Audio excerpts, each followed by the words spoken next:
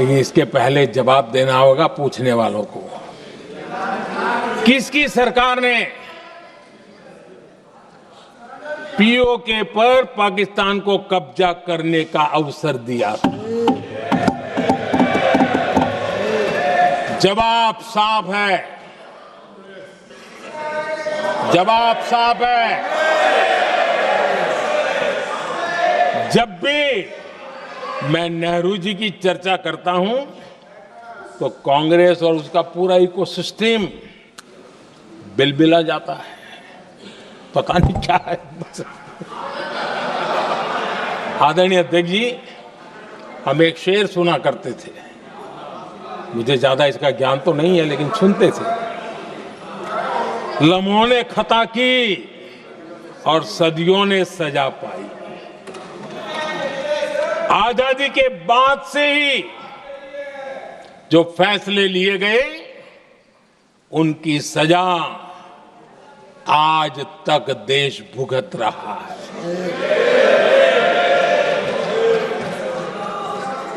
यहां बार बार एक बात का जिक्र हुआ और मैं फिर से करना चाहूंगा। अक्साई चीन की उस पूरे क्षेत्र को बंजर जमीन करार दिया गया, ये कह करके तो बंजर है। देश की 38,000 वर्ग किलोमीटर जमीन हमें खोनी पड़ी।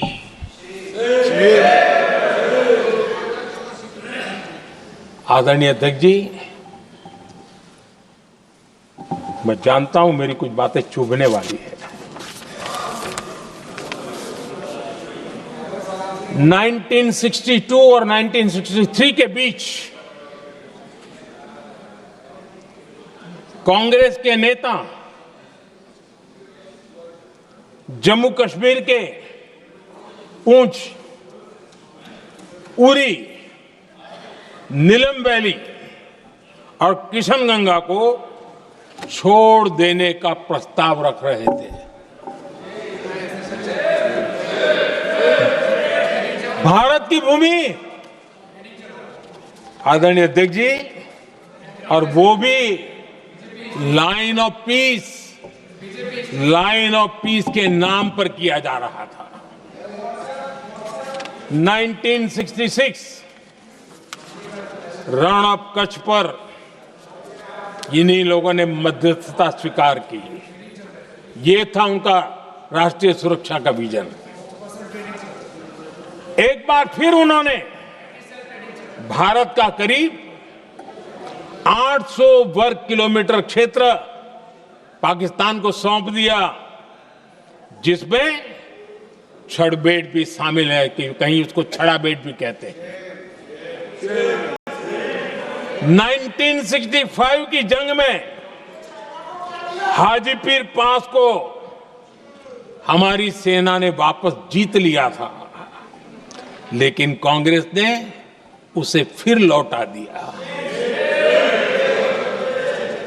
1971 पाकिस्तान के 93,000 फौजी हमारे पास बंदी थे। पाकिस्तान का हजारों वर्ग किलोमीटर एरिया हमारी सेना ने कब्जा किया था। हम बहुत कुछ कर सकते थे, विजय की स्थिति में थे। उस दौरान अगर थोड़ी सा विजन होता, थोड़ी सी समझ होती, तो पीओके वापस लेने का निर्णय हो सकता। वो मौका था, वो मौका भी छोड़ दिया गया। अरे इतना ही नहीं, इतना सारा जब सामने टेबल पर था, अरे कम से कम करतारपुर साहब को तो ले सकते थे, वो ही नहीं कर पाया। 1974 श्रीलंका को कच्छथीवु द्वीप को गिफ्ट कर दिया गया। आज तक हमारे मछुआरे भाई बहनों को इससे परेशानी होती है, उनकी जान पर आफत आती है। क्या गुनाह था तमिलनाडु के मेरे फिशरमैन भाई बहनों का कि आपने उनका हक छीन लिया और दूसरों को गिफ्ट कर दिया? कांग्रेस का दशकों से इरादा लेकर चल रही थी कि सियाचिन से सेना हटा दी जाए। आदरणीय अध्यक्ष जी, 2014 में देश ने इनको मौका नहीं दिया, वरना आज सियाचिन भी हमारे पास नहीं होता।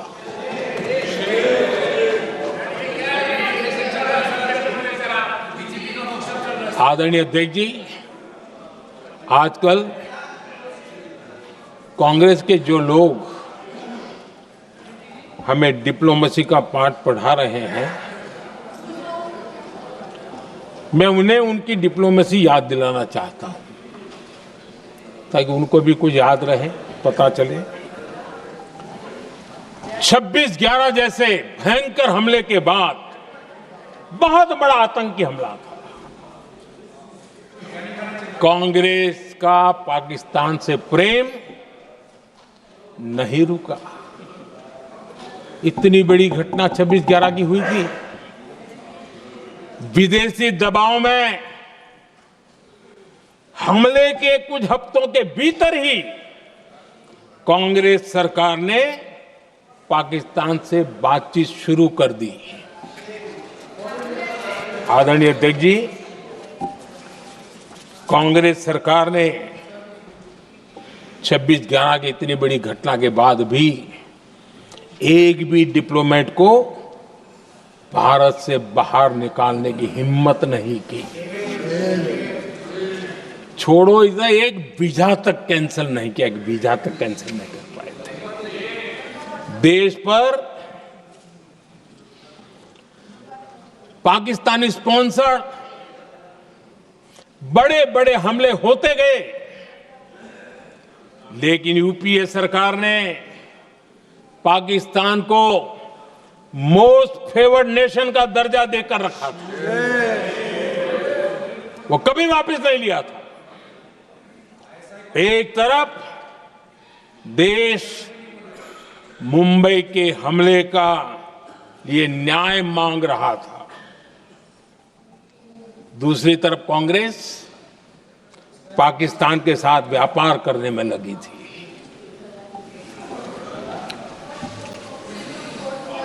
पाकिस्तान वहां से खून की होली खेलने वाले आतंकियों को भेजते रहे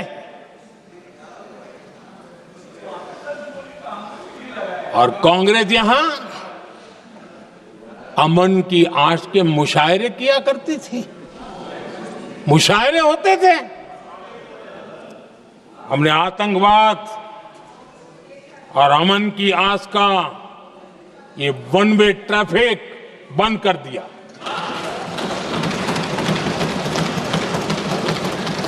हमने पाकिस्तान का MFN का दर्जा रद्द किया, वीजा बंद किया। हमने अटारी वाघा बॉर्डर को बंद कर दिया। आदरणीय अध्यक्ष जी,